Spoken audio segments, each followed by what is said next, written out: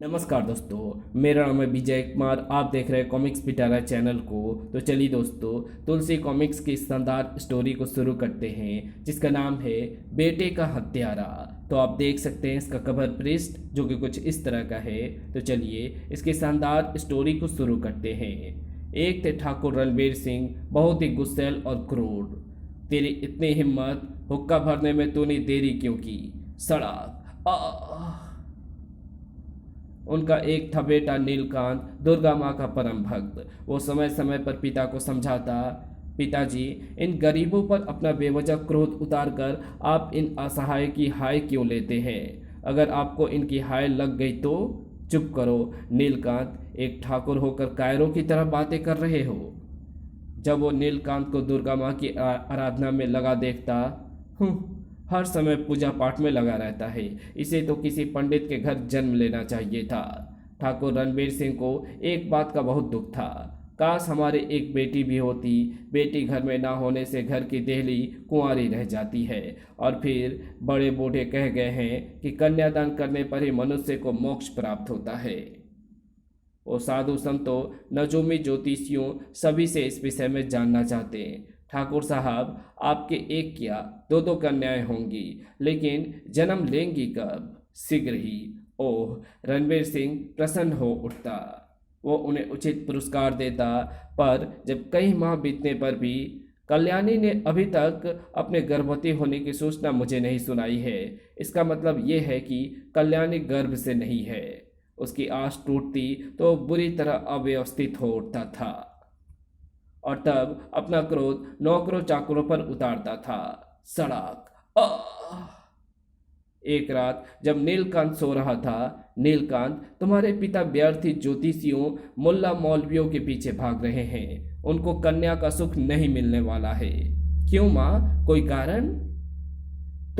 तुम्हारे कारण ही तुम्हारे पिता कन्या सुख से वंचित हैं। तुम्हारे भाग्य में बहन का सुख नहीं है। तुम्हारे हाथ की रेखाएं इतनी प्रबल है कि वे ठाकुर रणवीर सिंह के वंश में और किसी बालक या बालिका की उत्पत्ति चाहती ही नहीं है।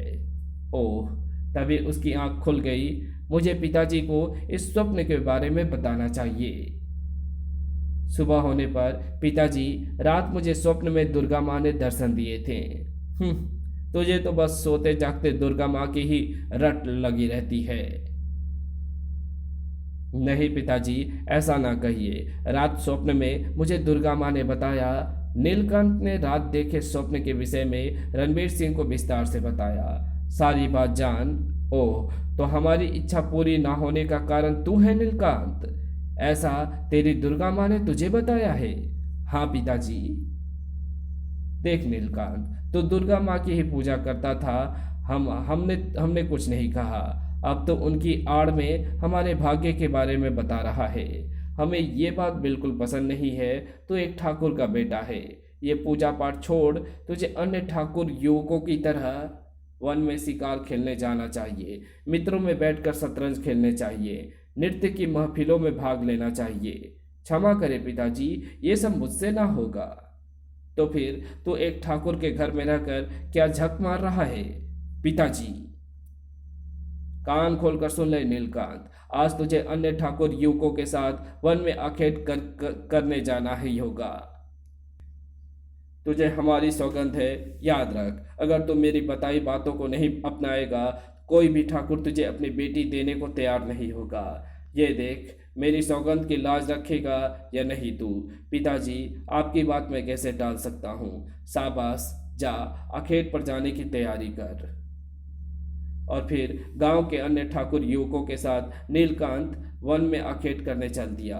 मैं वन में कैसे निरीह जीव का आखेट कर पाऊंगा? वन में पहुंचने पर तुम लोग आखेट की खोज में निकलो। कुछ देर पूजा करके मैं भी आता हूँ। अच्छा पुजारी जी। पुजारी जी।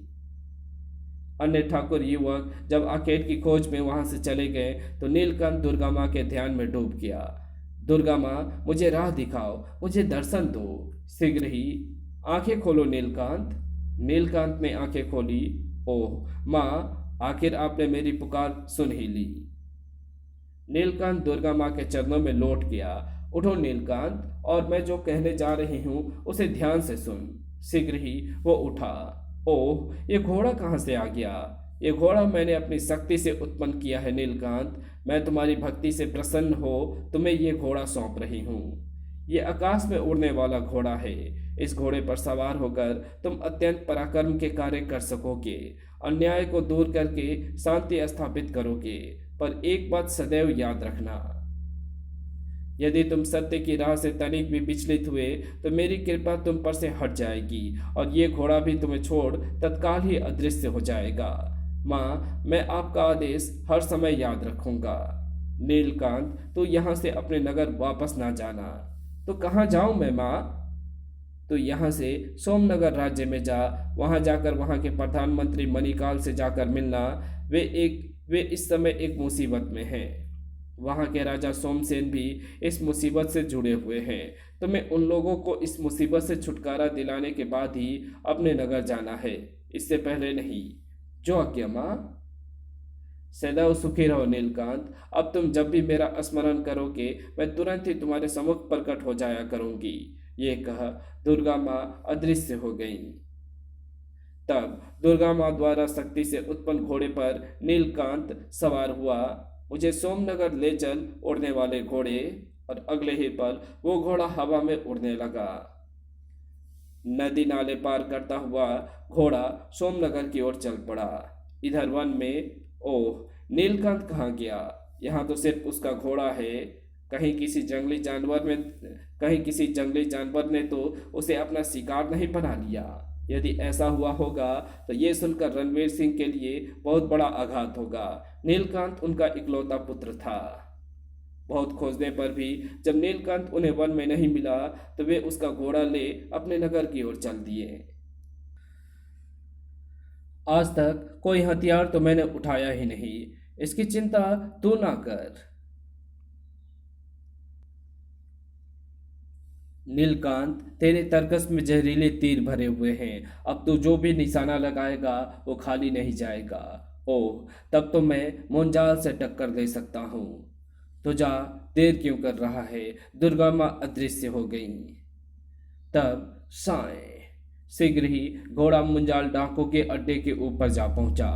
मुंजाल डाकू, अपने सभी बंदियों और राजकुमार सोमभद्र को छोड़ दे, वरना आज तेरी खैर नहीं। मुंजाल ने चौंक कर ऊपर देखा। मुझे चेतावनी देने वाला तू कौन होता है रे? मैं हूं तेरी मौत। भाग जा यहां से, वरना तू ही मारा जाएगा। ऐसा नीलकांत ने जहरीले तीर को कमान पर चढ़ाया और सर खचाक, सरदार मारा गया, सरदार मारा गया। फिर तो मानो तीरों की वर्षा ही कर दी नीलकांत ने। खचाक खचाक, शीघ्र ही सब डाकुओं का सफाया हो गया। तत्पश्चात उड़ने वाले घोड़े, अब तुम मुझे नीचे मुंजाल डाकुओं के अड्डे पर ले चल। घोड़े ने नीचे की ओर उड़ान भर दी। शीघ्र ही, क्या आप राजकुमार सोमभद्र हैं? हाँ, लेकिन आप कौन हैं? मैं मणि का मुंह बोला भाई नीलकांत हूँ। तुम्हें बचाने ही मैं यहाँ आया था। ओह, अब नीलकांत ने राजकुमारी से कहा, आप सब आजाद हैं और अपने अपने राज्य जा सकती हैं। तत्पश्चात आओ राजकुमार, मेरे घोड़े पर सवार हो जाओ। नीलकांत और सोमभद्र ने घोड़े पर सवार हो गए। घोड़े, अब तो हमें सोमनगर ले चल। और अगले ही पल साए शीघ्र ही घोड़ा सोमनगर के राजमहल में जा उतरा। राजकुमार, बेटा, भैया, तुम कैसे उस जालिम की कैद से छूटकर आए राजकुमार? पिताजी महाराज, इस बहादुर युवक के कारण यह संभव हो सका है। सारी बात जानकर नीलकांत, तुम तो अत्यंत ही साहसी युवक हो। तुमने हमारे वंश की रक्षा की है, इससे खुश होकर मैं तुम्हें अपना दामाद बनाना चाहता हूँ। महाराज, ये मेरा सौभाग्य होगा। शुभ वेला में नीलकांत का विवाह राजकुमारी सोमप्रभा के साथ हो गया। तत्पश्चात, पिता प्रधानमंत्री जी, मैं चाहता हूं कि बहन मणि की डोली मेरे घर से उठे। यानी वेणुनगर में अपने पिता के घर से मैं अपनी बहन मणि का विवाह करना चाहता हूं। तुम मणि के भाई हो, उसके लिए जो करोगे ठीक ही करोगे। तब नीलकांत सबको तब नीलकंठ सबको साथ ले उस रथ में बैठा जिसमें उड़ने वाला घोड़ा जुता हुआ था। उड़ने वाले घोड़े हमें वेणुनगर ले चल। और अगले ही पल साए रथ जब वेणुनगर में ठाकुर रणवीर सिंह की हवेली के बाहर उतरा। बेटा नीलकांत, तुम जिंदा हो? हाँ पिताजी। तू कहाँ चला गया था रे? और फिर खूब धूमधाम के साथ हवेली में सोमभद्र और मणि का विवाह हुआ। कन्यादान कीजिए पिताजी। नीलकांत के कारण आज मुझे कन्यादान करने का शुभ अवसर मिल पाया है। जब हवेली से मणि की डोली उठी, देख लीजिए पिताजी, अब तो आपकी देहली कुंवारी नहीं रही। और ज्यादा शर्मिंदा ना कर बेटा, तू हीरा है, जबकि मैं तुझे कांच ही समझता रहा। तो असली ठाकुर है। रणवीर का सीना गर्व से चौड़ा हो गया। और इसी के साथ ये कहानी यही समाप्त होती है। तो आपको ये वीडियो कैसी लगी? वीडियो अच्छी लगी तो इस वीडियो को लाइक शेयर कमेंट ज़रूर कर देना। और हाँ, इस कॉमिक्स में कुछ पेज जो थे वो मिसिंग थे, जिससे कि आपको स्टोरी अच्छे से समझ में नहीं आई होगी। और ये PDF कॉमिक्स जो है, ये मुझे पहले से पता नहीं था कि इसमें कुछ पेजेस जो हैं वो मिसिंग है, नहीं तो मैं इसे रीड ही नहीं करता। और मैंने कुछ पेज, आधे से ज़्यादा पेज जो है वो रीड कर चुका था। और बाद में मैंने देखा कि स्टोरी जो है वो कहीं और से कहीं और शिफ्ट हो रही है। तो मैंने पेजेस देखा तो उसमें पेज थे ही नहीं, पेज मिसिंग थे। तो इसके लिए एक्सट्रीमली सॉरी, क्योंकि पेज मिसिंग थे और आपको कहानी बहुत ज़्यादा अच्छी या मज़ा नहीं लगी होगी, मज़ा नहीं आया होगा, क्योंकि स्टोरी जो है वो बीच में आपके पेज मिसिंग हो गई थी। इसीलिए स्टोरी की पूरी जो कहानी का मज़ा था वो गैप हो गया था। ओके, तो ठीक है, मिलते हैं आपसे किसी और नई वीडियो में। तब तक के लिए बाय।